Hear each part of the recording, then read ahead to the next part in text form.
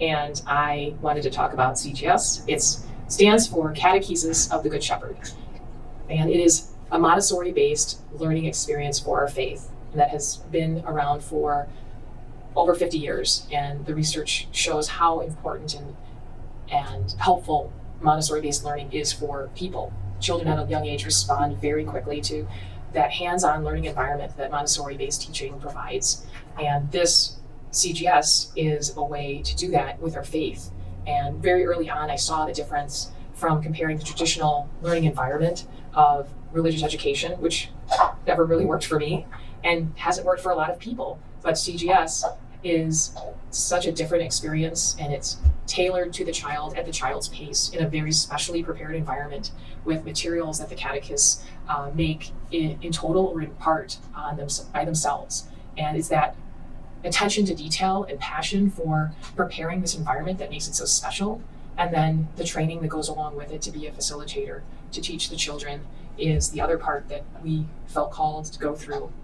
And in my own experience, the aha moment that made me realize that CGS was such an important player in teaching our children the faith at a young age was when I walked into the atrium to find our director, Sam Elazem, and the atrium was even smaller than it is now, but it was filled with children, and they were so quiet and they were so reverent that it was like the Holy Spirit was here telling me, like, this is the way that children need to be learning, and providing these experiences for more kids so that the supply can meet the demand of whoever wants to do this. And that's what called me and my daughter Cece to want to go through the training and to do it together and to learn more about our faith in the process.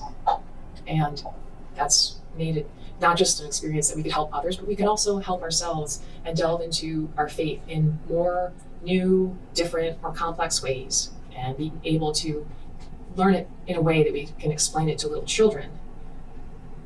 What I've learned about CGS is how to be more patient and to measure my words, to enjoy the silence, and to observe each child and their wonderment as they're utilizing the work of the Last Supper, or they're looking at the raised surface map of Israel, or they're looking at the map of the city of Jerusalem, which is one of my favorites. And to think about what they're thinking of and how they are growing closer to God and what they're contemplating. And then there's also the prayer table, which the kids gather around at the beginning and the end of each session, and praying together as a group, because I think that's something that is so hard to teach and tell someone to do. It's learned so much through practice and routine and sharing and listening.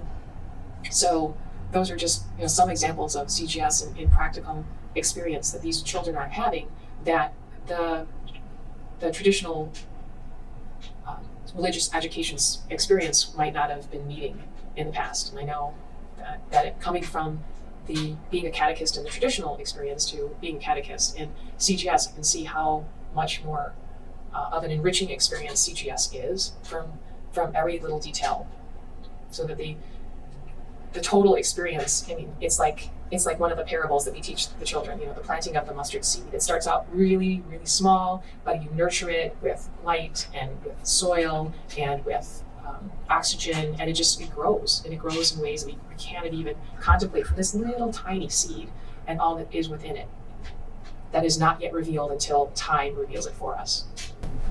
Adding on, some of the main differences between like a traditional classroom and the CGS classroom. I used to do religious ed in just kind of the traditional way, where you'd sit at a desk and the teacher would talk and you just kind of zoned out. And during class, for CGS, it's just so much more engaging, and it's so much more personal too. Like, it's so much more personal for the child, and it's just so great. It's just the most amazing thing ever. I'm just so glad to be a part of it. One of the hardest things for me about the CGS classroom is how that you have to stay relatively distant from the child while they go through the work, because it's the child's space and not yours. So you give them space for contemplation and meditation as they do the works. And I think this is the hardest thing for me personally, because I just want to do the works too. It's like, they're so cool. I want to do them also. But what makes it really special is how the Catechist. makes all of the works for the kids, so that's very special, and all of the works are tailored for that classroom, and they're very well made too, and they're not just like what you would expect in a preschool classroom. It's like really nice hand painted and handmade materials for the kids, and it's a really great thing. I helped hand paint some figures for the Last Supper work. It was really fun. I learned to make things out of sculpey clay to get just the right amount of proportions and features to some of the Last Supper figures or a baby Jesus. And I'm not a particularly artistic person, but I'm a problem solver. So I can do a lot with a lot of trial and error. And that's part of what makes it so special, because you put that extra effort and craftsmanship into these works that the children will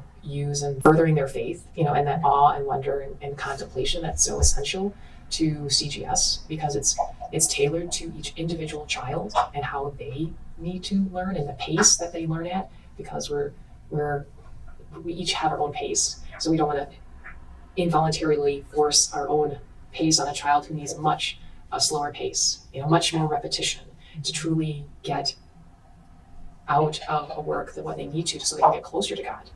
Because their relationship is arguably closer to God than ours, because we have all these other stimuli and environmental pressures in our lives that can distance us from God. So what I have learned from CGS is patience and perseverance, and giving each child their space, or at least trying to. It's a continual process to not let my own influences interfere with my role as a facilitator to the child and their God-directed path towards faith. And it's a continual process, but it's a wonderful way that I have learned to be a better faith-filled person along the way in my own journey. That's still continuing. An analogy I like to make about some parts of CGS where like you can't, like for example, for the Good Shepherd, you can't tell them that like who the Good Shepherd is. That's who the sheep are, right? And that's something that they have to figure out on their own. And what I like to think about is like if you already read a book and someone else is reading that book or a movie and you can't tell them the ending because you're gonna spoil it. And if you tell them, then they're just not gonna read the book, and they're just gonna. But if you don't tell them, they read the book, they know all the details, they know the whole journey of how to like get to the end, and it's just so much better if you just let them figure it out on their own.